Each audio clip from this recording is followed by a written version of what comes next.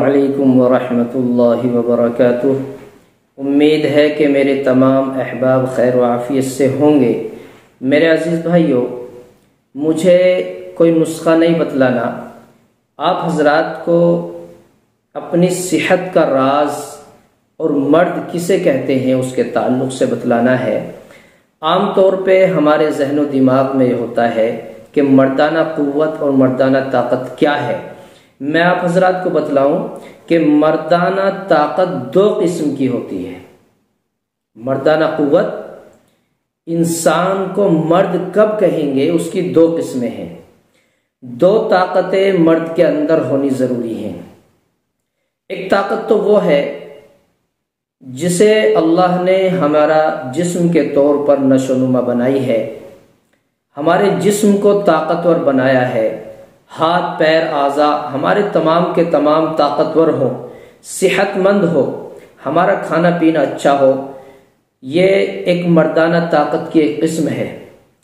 اس سے انسانیت کو فروغ ملتا ہے، اس سے ایمان کی تازگی بڑھتی ہے۔ اگر ہمارے جسم میں طاقت اور قوت ہے تو ہم نماز بھی رکوع سجدہ اطمینان کے ساتھ ادا کر سکیں گے۔ اگر ہمارے جسم میں طاقت ہے تو ہم حج کا ارکان مکمل طور پر ادا کر سکتے ہیں۔ اگر ہمارے جسم میں طاقت ہے، ہمارا جسم صحت مند اور تندرست ہے، تو ہم دین کے تمام تقاضے پورے کر سکتے ہیں، انسانوں کے کام آ سکتے ہیں، دوسروں کی مدد کر سکتے ہیں اپنے جسم کے مضبوط اور طاقتور ہونے سے۔ مجھے اس کی ساری فضیلت نہیں بتلانی ورنہ بات لمبی ہوگی۔ دوسری قسم مردانہ طاقت کس چیز کا نام ہے؟ ایک قسم تو یہ ہو گئی، دوسری قسم ہے مردانہ طاقت۔ اس کو ہم کہتے ہیں مادہ منویہ کے طور پر، کہ انسان کو اللہ تبارک و تعالی نے اگر مردانہ طاقت دوسری قسم کی عطا کی ہے تو اس سے وہ ازدواجی زندگی کو خوشگوار گزار سکتا ہے۔ اگر مردانہ طاقت دوسری قسم کے اندر کمزوری ہے تو وہ شادی شدہ ہونے کے بعد بھی اپنے اندر مایوسی محسوس کرے گا، ازدواجی زندگی کو خوشگوار نہیں گزار سکتا۔ اور اگر مردانہ طاقت میں کمزوری ہے تو پھر نسل انسانی نہیں بڑھ سکتی۔ میرے آقا جناب محمد رسول اللہ صلی اللہ علیہ وسلم نے فرمایا کہ میں قیامت کے دن اپنی امت پر فخر کروں گا کہ میری امت تمام امتوں سے زیادہ ہوگی۔ فرمایا وَتَزَوَّجَ الْوَدُودُ الْوَلُودُ، ایسی عورت سے شادی کرو جو بچے زیادہ جننے والی ہو۔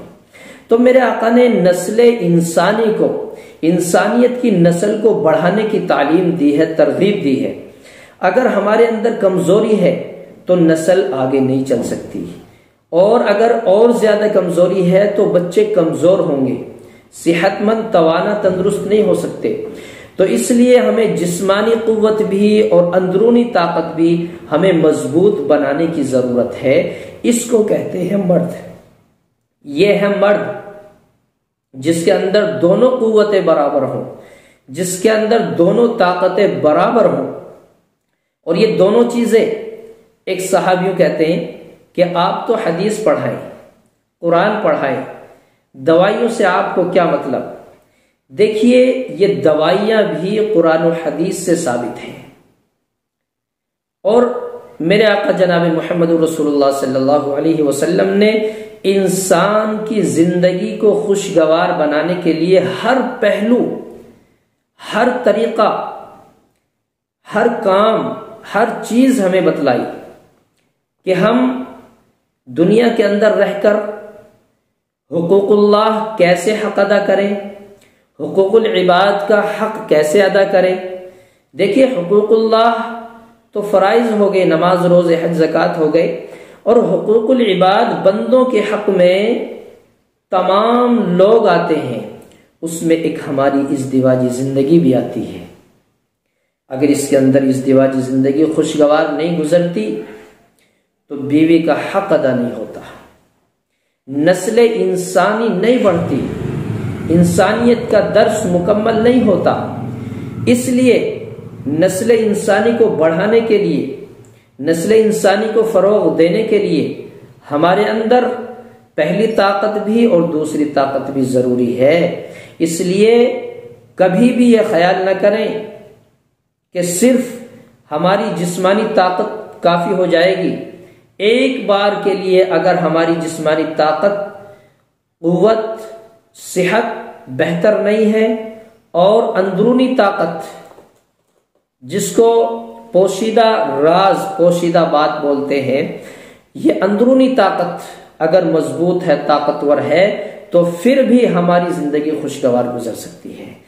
اور بظاہر ہم صحت مند، تندرست، پہلوان نظر آتے ہیں، لیکن ہماری اندرونی طاقت کمزور ہے، ہماری صحت اندرونی طور پر کمزور ہے، تو پھر ہم خوشگوار زندگی نہیں گزار سکتے۔ یہ ہے مردانہ طاقت کی دو قسمیں۔ پہلی قسم بھی انسان کی زندگی کے لیے ضروری ہے، دوسری قسم بھی ضروری ہے اور زیادہ ضروری ہے۔ اس لیے کسی پر اعتراض کرنے کی ضرورت نہیں ہے۔ جس کو اللہ نے کوئی ہنر دیا ہے، اس ہنر کو اپنے بھائیوں تک، دوستوں تک پہنچانا ضروری ہے، لازم ہے اور پہنچانا چاہیے۔ اب وہ ہنر دین، دعوت و تبلیغ کے ذریعے سے ہو، وہ ہنر دنیاوی تقاضوں کے ذریعے سے ہو، حکمت کے اعتبار سے ہو، یا چاہے جس اعتبار سے ہو، جس کے پاس جو ہنر ہے اپنے پاس نہ رکھے، بلغوا عنی ولو آیا، وہ دوسرے بھائیوں تک پہنچا دے۔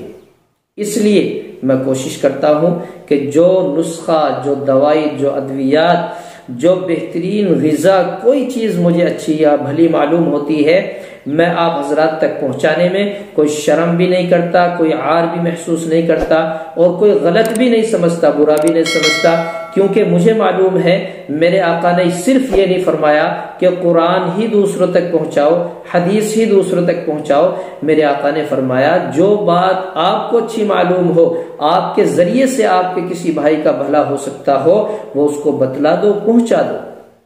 اس لیے پہنچاتا ہوں۔ اللہ سمجھ کی، مجھے بھی آپ کو بھی سمجھ کی، عمل کی توفیق بخش دے۔